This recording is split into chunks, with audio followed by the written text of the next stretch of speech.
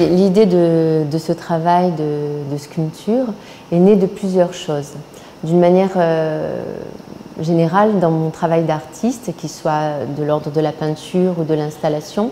je travaille autour de la transformation des passages d'un état à un autre, de l'enfance à l'adolescence, mais de l'adulte à l'animalité ou à l'animal, des failles, des interstices où les choses changent et se métamorphosent. Ce projet de sculpture s'appuyait sur cette idée-là, c'est-à-dire qu'à la fois c'est une seule pièce mais qui est plurielle. Le titre est important, puis on pourrait commencer par ça. Le titre c'est « Je suis une louve ». Donc c'est un titre qui est assez affirmatif, qui déjà donne le sexe et le genre, et d'autre part propose une position quasiment de guerrière dans cette affirmation-là.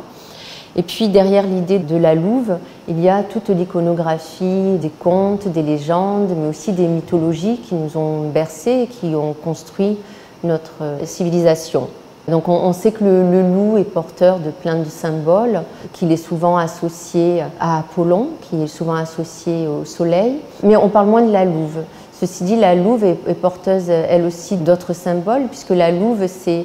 à la fois la mère d'Apollon et d'Artémis, mais c'est aussi celle qui a allaité Romulus et Rémus, qui est donc la fondatrice quelque part de Rome. Mais c'est aussi la louve qui a nourri Mowgli, donc finalement elle appartient à notre imaginaire collectif de plein de manières différentes. Elle fonctionne comme une double du loup, c'est-à-dire qu'à la fois elle reprend tous les symboles du loup qui peuvent être la fureur, la dangerosité, tout ce qui est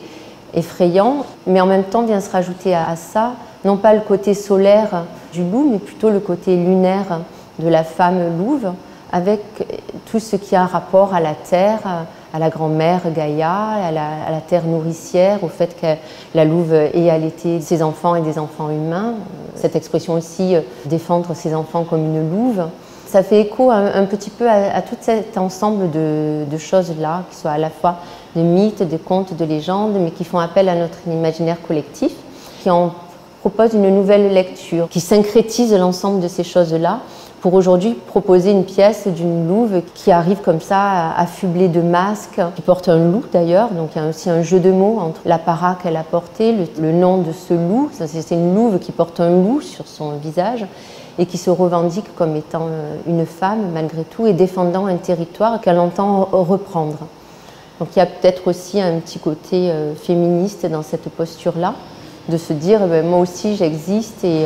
moi aussi j'occupe cet espace, je le revendique comme étant mien et je le récupère. Il y a aussi quelque chose qui est important pour moi, c'est l'idée de l'affiliation et de la transmission de mère en fille. Et donc dans cette sculpture-là, j'ai travaillé sur des petites parties de crochet avec ma mère et j'ai travaillé avec ma fille aussi sur d'autres petites parties, comme s'il y avait quelque chose qui se passait de mère en fille et qu'on pouvait à la fois raconter l'histoire de la vie dans notre filiation. Ça fait partie des choses qui m'intéressent dans l'idée du grandir, de la transformation et des devenirs autres.